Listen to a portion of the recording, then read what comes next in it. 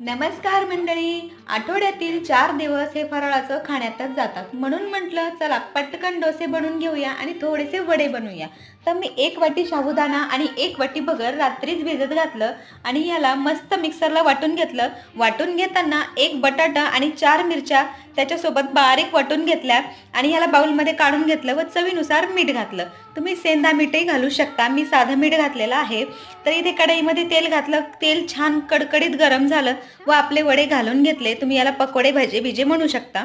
आणि थोडंसं बॅटर मी दुसऱ्या बाउलमध्ये घेतलं, पाणी टाकलं आणि मस्त थोडंसं लाल तिखट घातलं अजून आणि ह्याचं छान क्रंची आणि सॉफ्टी दोन्ही प्रकारचे डोसे बनवले. एक नंबर रेसिपी झालेली. उसळ काय म्हणता तुम्ही, उसळ, साबुदाण्याची खिचडी किंवा भगर हे तर आपण नेहमीच खातो. चला म्हटलं आज बनवूया डोसे. आजचा व्हिडिओ आवडला असेल तर सबस्क्राईब करा, लाईक करा आणि आपला व्हिडिओ शेअर करा. थँक्यू.